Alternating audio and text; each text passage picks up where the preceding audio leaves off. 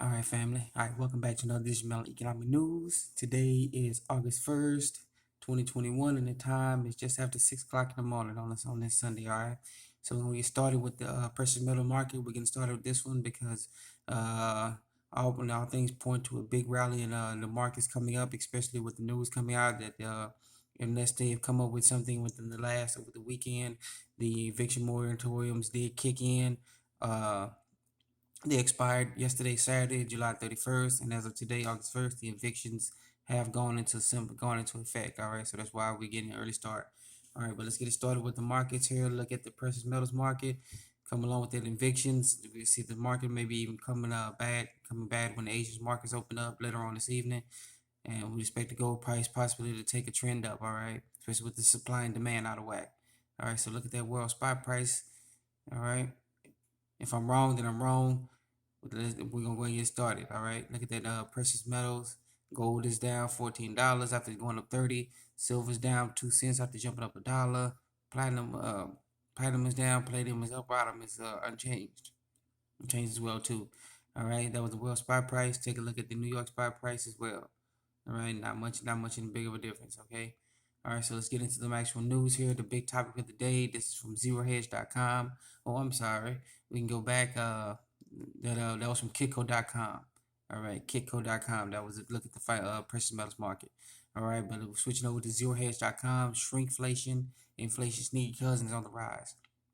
You don't hear much about shrinkflation, but pretty much shrinkflation is say for instance you go to the let's say the grocery store, you're looking to buy some syrup. All right, on the graphic as well down here. Let me take a look at that one. All right.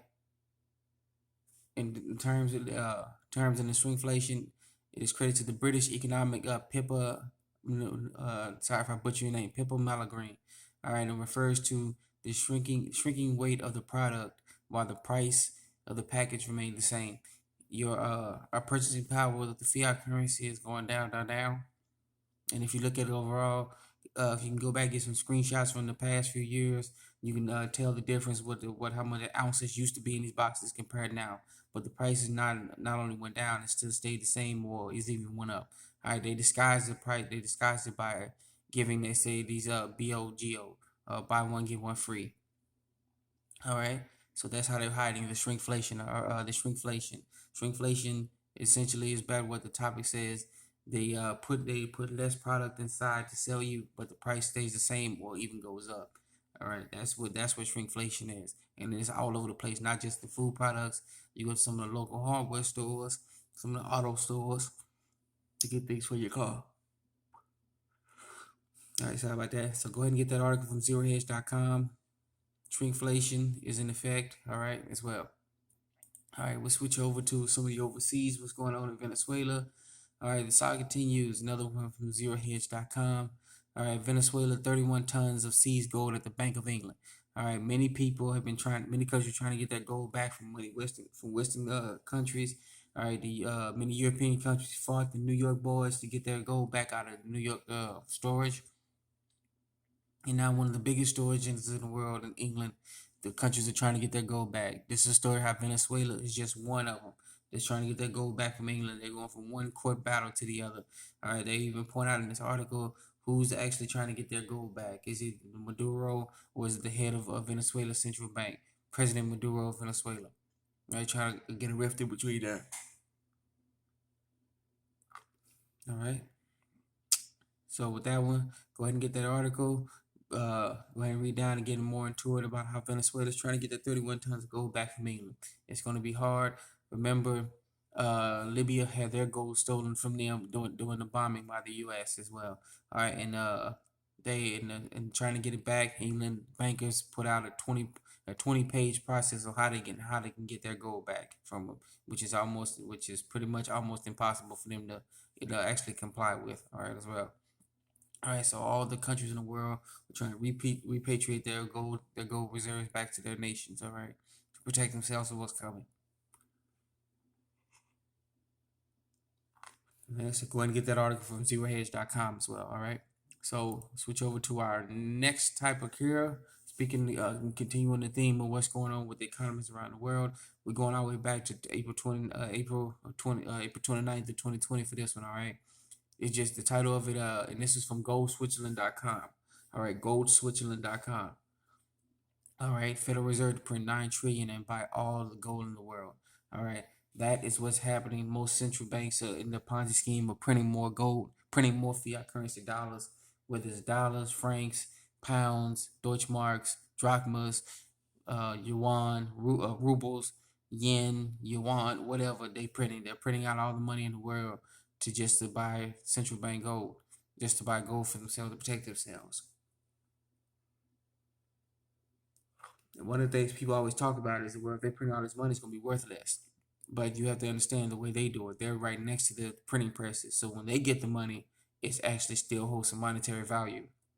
All right, according to when you read in this article, they actually keep some monetary value. And so they're able to keep that value, buy up all the gold they want. And when it trickles down to us, the plebeians down here, the commoners, that money is actually worth but crap. All right, it's worth nothing. All right, the purchasing power of that money's gone. So it's one big giant Ponzi scheme going on where they get all the money from the jump start right off the rip, buy up whatever they need to buy up, and then trickle down the rest of us. By the time it gets to us, it's nothing. All right, so go and get that article from goldswitzerland.com. All right, as well. All right. And that actually continues to this very day. If you look at the monetary policy of the reverse repo window, it's now into the billions of dollars every single night, not just over the weekend, not just throughout the week, every single night. All right, and we get this one from worldnetdailynews.com. This is what happens when you put draconian measures into your state, into your economies.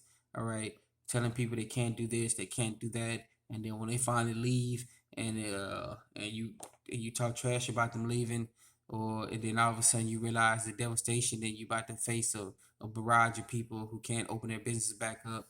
The cities, counties in your state, in your states are going through a heck of a time. All right, so this is from WhereInTheData.com.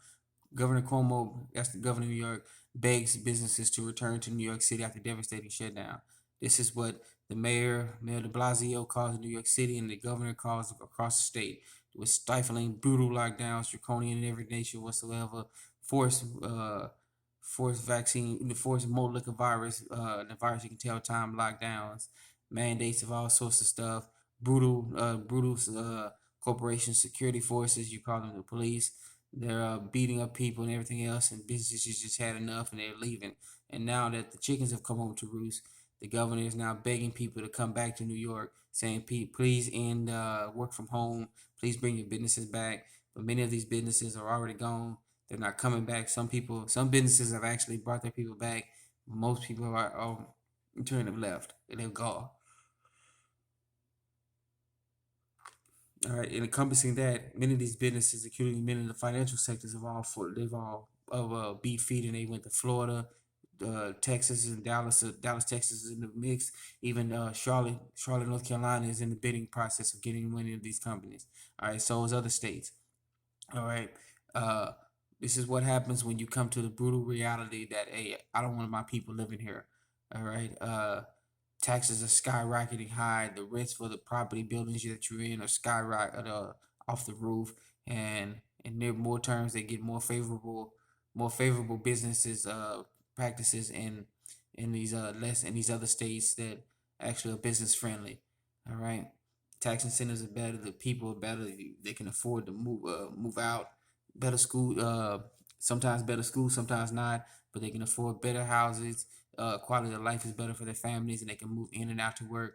Plus, less taxes and less regulations, everything else on these brutal. And then sometimes regulations are good, but when they become draconian and brutal, it actually stifles the company. All right. So go ahead and get that article. That was from worldnetdailynews.com. All right. Worldnetdailynews.com. All right. The governor of New York, and he's not the only one. All right. There are many governors, whether they're men or female, men or women, they're having to beg the businesses to come back after they instituted some of these brutal, draconian, tyrannical lockdowns. All right. All right. For no apparent reason. All right. So with that being said, wanted to once again thank you for joining us on this Melody Common News. Be safe, be sound, and remember, you're your own best banker. You're your own best financier. You're your own best credit union. All right. You're your own best savings and loans. All right. You are your own best financier. Remember, everything starts local. Let's go ahead and get that started with your neighbors. Neighbors with get the community together, reach out to other communities. Everything starts locally, and it's just stay local. All right. I want to thank you again for joining us. Another Dish Melody News. Let's get it started.